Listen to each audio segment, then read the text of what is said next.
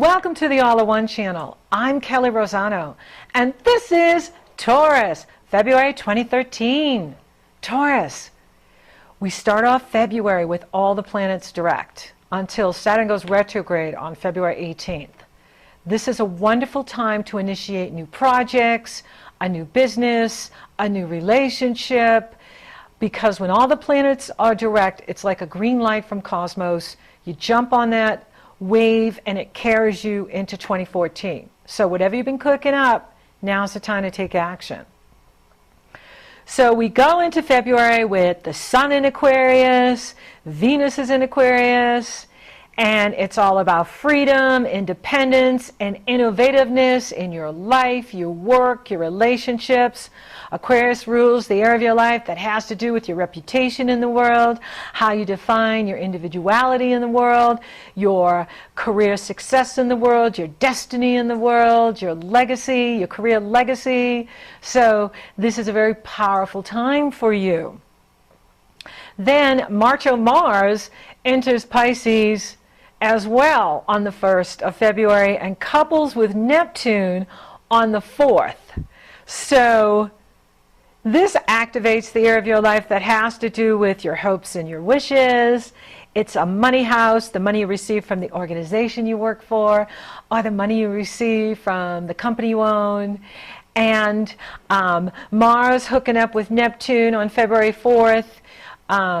You want to be patient, you know, and generosity and kindness will pay off.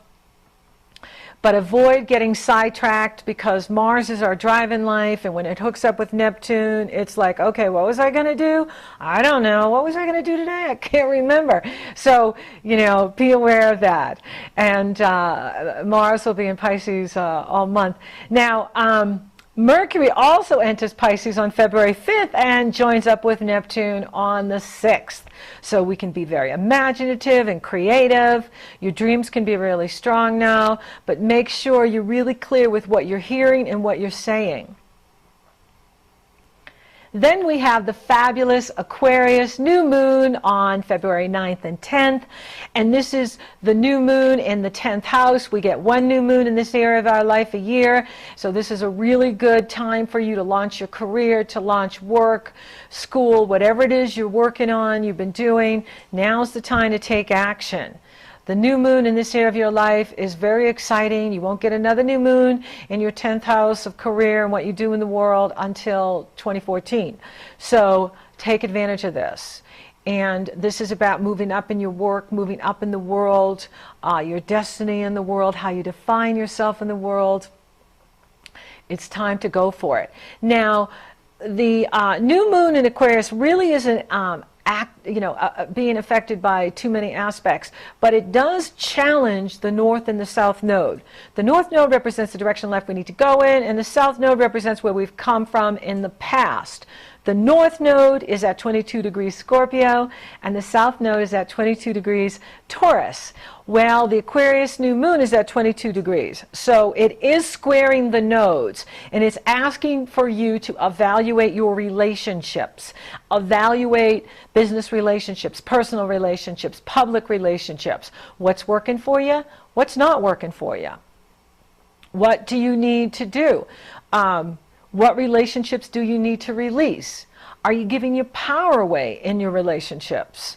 You know, are you walking your talk? Are you following your core values? Okay, Taurus rules the second house of values. Venus rules values, your ruling planet. So, you know, what do you yearn for? What gives you passion? All of this is coming up at the new moon, and it's a really good time for you to take a look at this.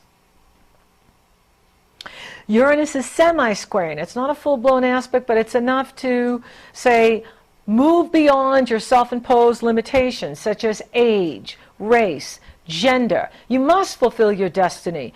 What you've come here to do, and only you can do, okay? So, you know, what is your destiny? And who can you team up with to fulfill that destiny? Teaming up with, in Aquarius, that's what it's all about, is joining the group, teaming up with others, like-minded folks. Then Mars will challenge Jupiter on February 10th. And this is right after the new moon in Aquarius. Well, it's actually kind of going on at the new moon as well, because it's all just sitting there. But the moon itself is being, unaffected by anything except a semi-square to Uranus. We already talked about that. Okay, so Venus and Mars are being challenged. Now, Mars is being challenged by Jupiter, which only makes you feel good. You can do anything. Okay, you can reach for the stars. You can make things happen in your life. That's what Mars is saying. And Mars is in a money house. The money you receive from the business you own, the money you receive from the school you work for, the money you receive from the co-op or the organization you work for.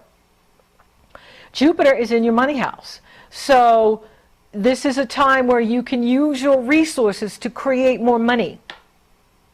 That's what February is saying here. First few weeks in February for you. Use your talents, gifts, and abilities to increase your money. Now, Venus is challenging Saturn as well.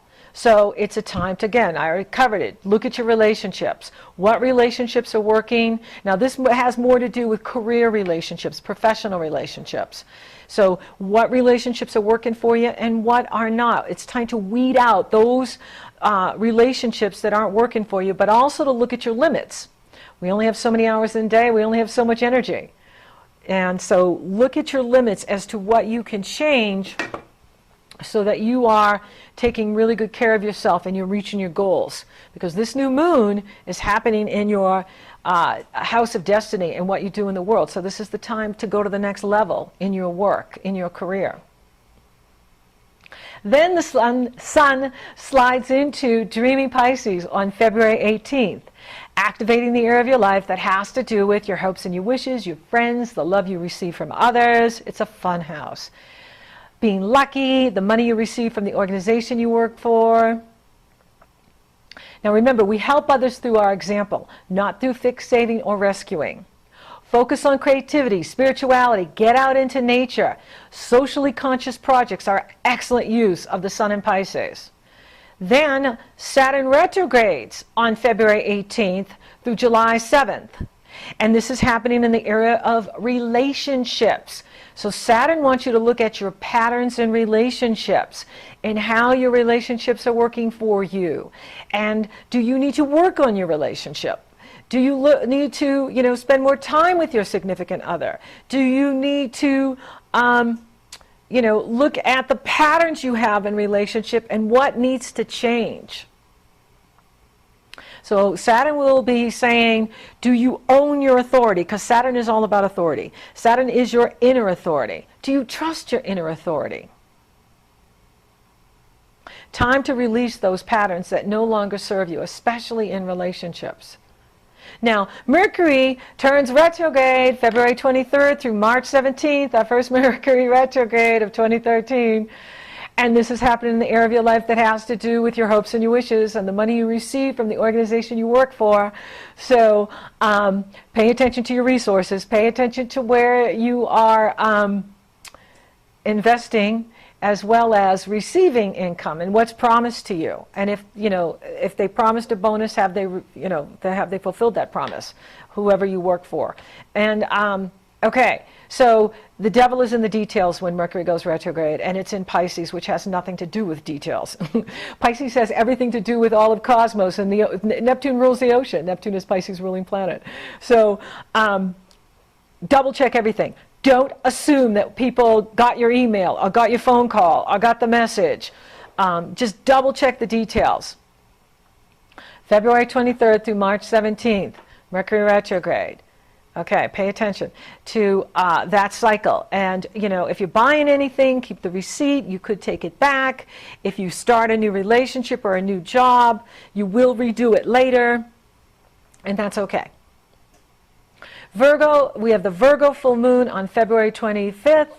It's time to get out of the box. I really like this full moon. And this activates the area of your life that has to do with true love and romance. So February is the month of love, Taurus. So it's about you working on relationships. It's about you being open to true love, taking your relationship to the next level, or meeting up with your soulmate. It's time to get release limited thinking, self-imposed limitations. It's time to think big, to dream the impossible dream, to follow your star. You are the star. You are the sun center of this universe. And it's all about you. You will receive tremendous insight, guidance, and inspiration at the Virgo full moon. Pay attention to synchronicities. Pay attention to signs from the universe. Yes, it will be an emotional full moon. Let the floodwaters release. Pluto and Saturn are in harmonious and supportive energy flow to this Virgo full moon. I love it. So you will have powerful resources made available to you to achieve your goals in 2013. This is an excellent full moon. It's lighting up the area of your life that has to do with fun. It has to do with adventure. It has to do with risk-taking, creative self-expression, true love, romance, the love you give to others, the love you receive from others. And so this is your time to go for it. Open your heart. Be romantic with your partner. Be open to new love in your life, new love coming into your life. It's all about love in February. And we must love self to love another. And then your ruling planet, Venus, enters Pisces right after the Virgo full moon and ends the month in Pisces, and she joins up with Neptune, nebulous Neptune. So on the one hand, you can feel spiritual love, you can feel divine love, you can feel one with cosmos, one with humanity, one with all are one, and I feel that connection to all life. You can feel one with your twin flame. You can feel one with your soulmate. On the other hand, you can be deceived or disappointed by love's illusion.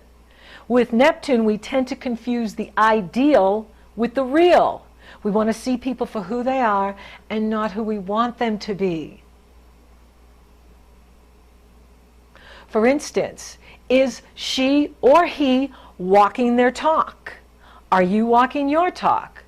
Venus in Pisces is divine love, okay? It's spiritual love. It transcends human ego. It's a wonderful energy to end the month.